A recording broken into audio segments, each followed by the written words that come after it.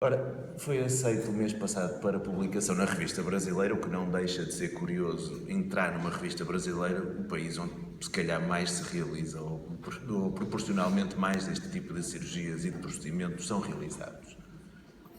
Em jeito de breve introdução, penso que não vale muito a pena, basicamente quais eram as nossas motivações. De facto, isto é um assunto que está no dia a dia nestes programas da manhã e da tarde, do Goxa e de, não sei o nome dela, etc., em que se vai mostrar às mulheres que elas são anormais, que têm que ter cirurgia, que devem ter cirurgia, que estas cirurgias vão tratar todos os problemas conjugais, de dor, todos os problemas da vida delas podem ser resolvidos com procedimentos simples, vendem-nos estes senhores com frequência, nas revistas, etc.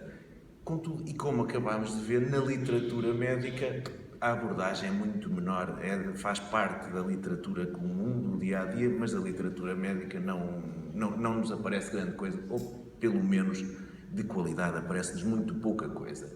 Não há coerência nas classificações, nas designações, o que num site é anunciado como uma ninfoplastia pode corresponder a uma coisa completamente diferente no outro, e por aí fora. Não há estudos de qualidade, não há estudos a longo termo, não há estudos randomizados, não há estudos relativos à não intervenção, faltam-nos essencialmente dados de qualidade nesta área. E de facto, a publicidade é muito fácil, embora se formos ver o nosso código deontológico, a maior parte da publicidade dos cirurgiões plásticos viola claramente o nosso código deontológico, mas não há absolutamente nenhum filtro, nem em Portugal, nem em ponto algum do mundo. Eu sou livre de publicar o que quiser na internet, de dizer eu sou o maior, eu faço esta cirurgia, isto resulta, eu vou resolver o problema. Não há qualquer filtro, não há qualquer controle. E de facto, os paradigmas têm mudado. Acho que aqui há espaço para tudo. Agora, o que é que acontece quando mudamos deste padrão para este padrão? A genitália está muito mais exposta, as pessoas não conhecem, a maioria não conhece a dimensão, a ampla dimensão da normalidade.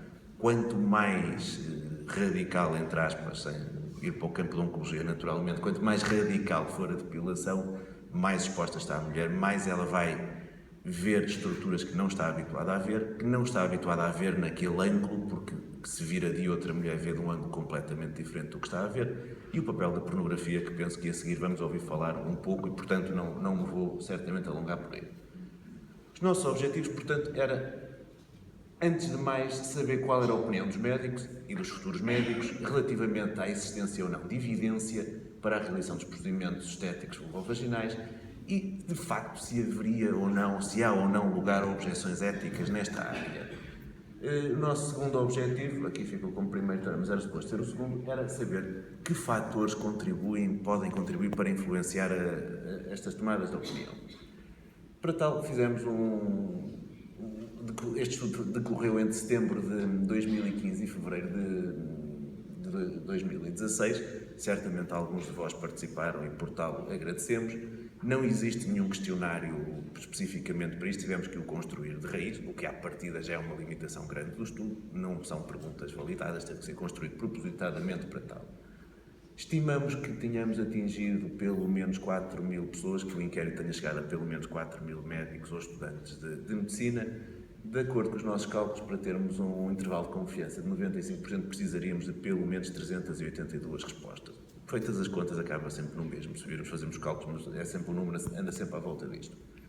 Critérios para poder participar no estudo: ser médico a trabalhar em Portugal ou estar a estudar numa faculdade de medicina portuguesa. Obtivemos 664 respostas. Em termos de distribuição das respostas, a maioria foram de especialistas, 37%, seguidas de estudantes e, por último, de internos. Ora, aqui já temos talvez algum enviesamento. Os estudantes participaram bastante, como se calhar seria expectável, são mais novos, mais agarrados à internet, mais dados às novas tecnologias, portanto, proporcionalmente, se calhar foi um número maior do que poderíamos esperar neste. Distribuição por sexos, responderam 67% de mulheres versus 23% de homens, que era expectável e provavelmente traduz a nossa realidade. Uma das questões era se pensámos eventualmente uma prática privada pode mudar a opinião. Portanto, tínhamos esta questão e cerca de 66% das pessoas tinham uma prática privada, exclusiva ou não. Em termos de especialidades, um quarto, outro viés provavelmente, um quarto foram ginecologistas, 4% foram cirurgiões plásticos e o resto das especialidades agrupámos em outras especialidades médicas ou outras especialidades cirúrgicas. Uma pergunta cuja acho que a resposta foi provavelmente a maior surpresa do inquérito para nós. Perguntávamos aos participantes se alguma vez tinham eles próprios tido uma cirurgia plástica ou se consideravam vir a tê-la. Acho que é uma pergunta à qual ninguém sabia a resposta de antemão, ou ninguém poderia tentar adivinhar, penso eu. Ora, cerca de um terço de todos nós teve ou considera vir a ter uma cirurgia plástica, independentemente se é genital ou não. Era no geral. Não encontramos diferenças em termos do grau de diferenciação. Quando olhávamos por sexos, as mulheres era muito mais provável que considerassem esta hipótese do que os homens, e quando olhávamos por especialidades de cirurgiões plásticos, tinha o dobro da probabilidade de considerar uma cirurgia plástica quando comparadas com ginecologistas. Metade deles já fizeram ou consideram vir a fazer. Ora, questão seguinte, vamos tentar simplificar este gráfico, que não ficou propriamente bonito. Primeira questão, há justificação médica para a realização destes procedimentos e agrupámos a azul, nunca há justificação ou raramente há justificação, e o que é que obtivemos? Que mais de 50% consideraram para as cirurgias de aperto vaginal, aumento dos pequenos ou grandes lábios, aumento do ponto G, lipoaspirações, imunoplastias e branqueamento, mais de metade acham que nunca ou raramente há justificação para tal. No lado onde houve um parecer, uma opinião mais favorável, ficou o laser para o tratamento da atrofia. A professora Teresa deve estar a rir ali, pois. As ninfoplastias, a redução dos grandes lábios e a cirurgia sobre o clitóris. Que fatores tiveram algum tipo de impacto nestas respostas? Ter uma prática privada não influenciou nada.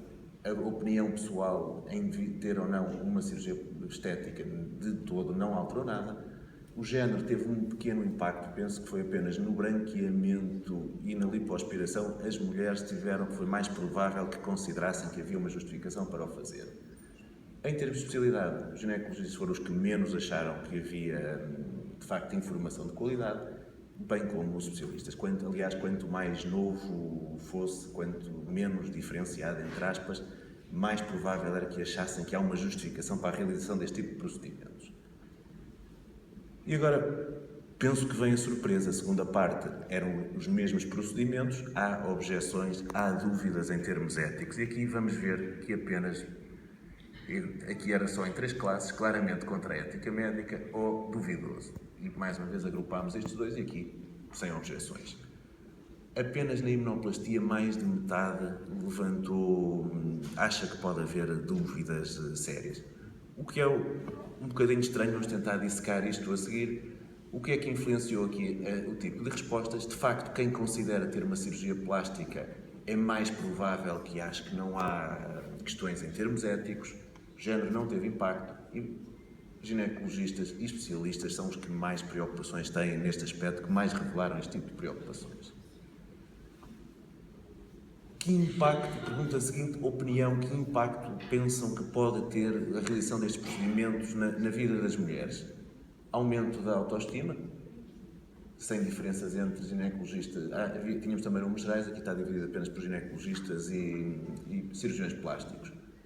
Melhoria da função sexual, o cirurgião plástico altamente mais provável de considerar que há uma melhoria da função sexual quando comparado com o ginecologista. Tratamento da atrofia, não temos objeções, mas parece que também não estamos assim tão crentes quanto isso. Apenas 60% de nós, se olharmos apenas para os ginecologistas, é que acham que há tratamentos nesta área passíveis de melhorar a atrofia. Aumento da qualidade de vida, os cirurgiões plásticos, mais uma vez, acreditam muito mais nisso do que nós. Preocupante, 78% dos cirurgiões plásticos efetivamente acreditam que podem tratar a dor sexual com cirurgia, com algum tipo destes procedimentos. Entre nós, 36%, globalmente 60%. Portanto, se calhar há um ponto onde vale a pena investir na formação pré-graduada. Estou a olhar para o professor Bernardo, que está aqui à frente. Se calhar vale a pena, estamos a passar mal a mensagem, é uma mensagem que temos que a passar independentemente de especialidades, transversalmente, não vamos tentar com procedimentos cirúrgicos tratar uma dor que muitas das vezes vão tratar, não sabem exatamente o que é dor, no geral, sem qualquer tipo de estudo, sem qualquer tipo de avaliação.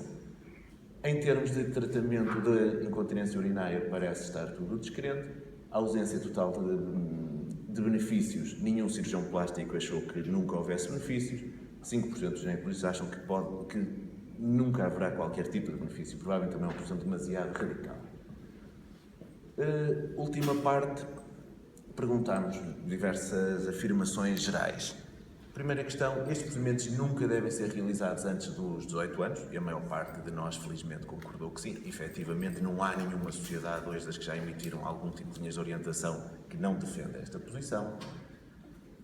Cirurgia estética vulvovaginal deve ser olhada da mesma forma que cirurgia estética em qualquer outra parte do corpo, e a grande maioria concorda, total ou parcialmente. Ora, não será tão linear quanto isso, é uma das questões que já tive que me colocar. Vale a pena comprar, entre aspas, esta batalha, se não estamos a pôr objeções às rinoplastias, mamoplastias, etc. O que é que há aqui de diferente? Efetivamente há uma coisa diferente. Nós sabemos o que é um nariz normal, sabemos o que é uma mama de dimensão normal, com um aspecto normal, etc. Em termos de genitais, o nosso conhecimento é muito pior, muito influenciado pela Playboy, pela pornografia, cujo acesso é facílimo, o telemóvel será o suficiente. Portanto, o grande problema tem que ser olhado de maneira diferente, porque os conceitos de normalidade não estão bem estabelecidos, não estamos totalmente cientes do que é normal, temos uma visão deturpada e esse é o grande problema aqui. Com grande alegria minha, concordamos também quase todos que deve haver uma avaliação prévia por um psiquiatra ou um sexólogo para excluir patologia psiquiátrica que possa estar por trás, que efetivamente parece ser mais prevalente neste grupo de mulheres. Relativo ao princípio da justiça em termos éticos, estes procedimentos a serem realizados devem ser em hospitais públicos. Seria uma maneira de haver algum tipo de controlo, de haver critérios de seleção e de todos terem igual capacidade de acesso, porque neste momento não é o que acontece. Quem pretende e tem dinheiro, paga, pode realizar. Quem não o tem, não pode. Portanto, o princípio da justiça fica posto em causa, sendo um procedimento exclusivamente ou quase exclusivamente realizado em ambiente privado. Temos dúvidas relativamente à proibição da publicidade. Metade acha que concorda, pelo menos parcialmente, que a publicidade deve ser proibida. É a minha opinião pessoal. Eu acho que sim, deve ser proibida a publicidade. Uma coisa é dizer eu sou cirurgião plástico, eu sou ginecologista, eu faço cirurgia. Outra coisa é eu dizer eu faço nefroplastias, eu resolvo problemas de vaginas murchas e descaídas, como se encontra escrito nos sites. Estou a citar, não estou a inventar. De facto, esse tipo de publicidade deveria, quanto a mim, deveria ser proibida, deveria haver algum tipo de censura a esse ponto. Muitos destes sites criam a doença. A mulher que tem dúvidas se é normal, se alguma coisa dela está diferente ou está errada, façam a experiência, procurem, o acesso é fácil, leiam o que lá está escrito. É de arrepiar. A mulher que tem dúvidas se é normal ou não, no fim de acabar de ler uma destas páginas, é definitivamente anormal e definitivamente precisa de fazer uma cirurgia de correção. Última questão, se esta cirurgia estética se é enquadrável na definição do OMS de mutilação genital feminina, e dávamos a definição. Todos os procedimentos envolvendo a remoção total ou parcial da genitália externa ou outro tipo de lesões dos órgãos genitais femininos por questões não médicas. Ora, se levarmos isto perfeitamente à letra, cabe. A mulher que por opção reduz os pequenos lábios que são normais, por definição eu posso enquadrar aqui. Qual é a consequência disto? Em termos médico-legais, o cirurgião pode vir a ter problemas. Com um bom advogado que consiga encaixar uma cirurgia estética neste princípio, perante uma legislação que pune a mutilação genital feminina, o cirurgião pode estar metido em problemas. Portanto, muitas destas coisas acabam por ser, penso que a nossa intenção é, em grande parte, a defesa das mulheres, das doentes, mas também a defesa dos próprios médicos. Muitas vezes atiramos-nos com demasiada vontade às coisas e não vemos o que pode estar por trás de tudo isto. A parte difícil, tínhamos os dados, era preciso fazer alguma discussão e não era propriamente fácil, e tínhamos aqui uma situação que eu acho que era um bocadinho difícil de explicar. Não há evidência, mas eticamente até estamos mais ou menos. provavelmente estamos formatados para respeitar demasiado o princípio da autonomia. Ou seja, nós não temos dados, mas também não vamos impedir as pessoas de fazer as coisas porque também não temos propriamente dados. Ora, o princípio da autonomia passa exatamente pelo contrário. Ele culmina num consentimento informado, mas eu, para ter verdadeiramente um consentimento informado, tenho que ter dados, tenho que ter informação, tenho que poder dizer, mas isto é seguro, daqui a 20 anos não vai ter complicações deste procedimento. Ninguém tem esses dados objetivamente. Portanto, neste momento, o princípio da autonomia está posto em causa.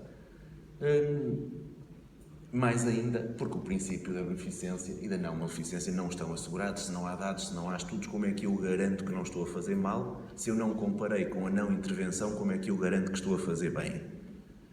O princípio da justiça já abordámos anteriormente. Se é feito num ambiente privado, particular, onde cada um tem que pagar do seu bolso, este princípio está naturalmente posto em causa. Caímos um bocadinho, ou estamos a cair um bocadinho no dogma em algumas destas questões, que acho que é o contrário de tudo aquilo que nas escolas médicas fomos educados. Estamos a cair no dogma, mais do que evidência, apresentam-nos iminências. Foi fulano de tal, de nome sonante, provavelmente pago para isso, que apresentou os dados, que diz que faz, que diz que tem bons resultados. O que nos leva a uma outra questão. Se isto não fosse altamente rentável, certamente eu não estava aqui a falar disto, porque ninguém estava para se chatear com isto. Ninguém estava preocupado se as vulvas eram bonitas ou feias, se não desse muito dinheiro. Se um dia deixar de dar muito dinheiro, certamente muito menos gente vai estar interessada em fazer isto. Às vezes, acho que parecemos um bocadinho o velho do Restelo, mas se calhar é preciso que haja velhos do Restelo e é preciso que façamos algumas perguntas a nós próprios antes de embarcarmos em viagens deste género. De facto, estamos a prometer coisas que não sabemos. Falo no geral enquanto classe, estamos a prometer coisas que não temos evidência de nada disso. Portanto, é preciso que haja de vez em quando alguns velhos do Restelo. Para pensarmos um pouco, quiçá depois para a nossa discussão, há algumas questões que podemos levantar. Ponto G, se existisse, já todos tínhamos tido problemas, cada vez que fazíamos uma colpoplastia anterior tínhamos destruído o ponto G e tínhamos imensos problemas, por causa que eu saiba ninguém teve, portanto é altamente improvável que o ponto G exista. Se ele não existe, como é que apenas 50% de nós têm dúvidas em termos éticos de que é incorreto realizar procedimentos de aumento de uma coisa que não existe? É uma dúvida que me assalta. Mais de 70% acredita, apesar de tudo, que o laser é eficaz no tratamento da atrofia. Eu não digo que não seja. Só há um estudo com grupo de controle, é um estudo que está mal feito, ainda por cima.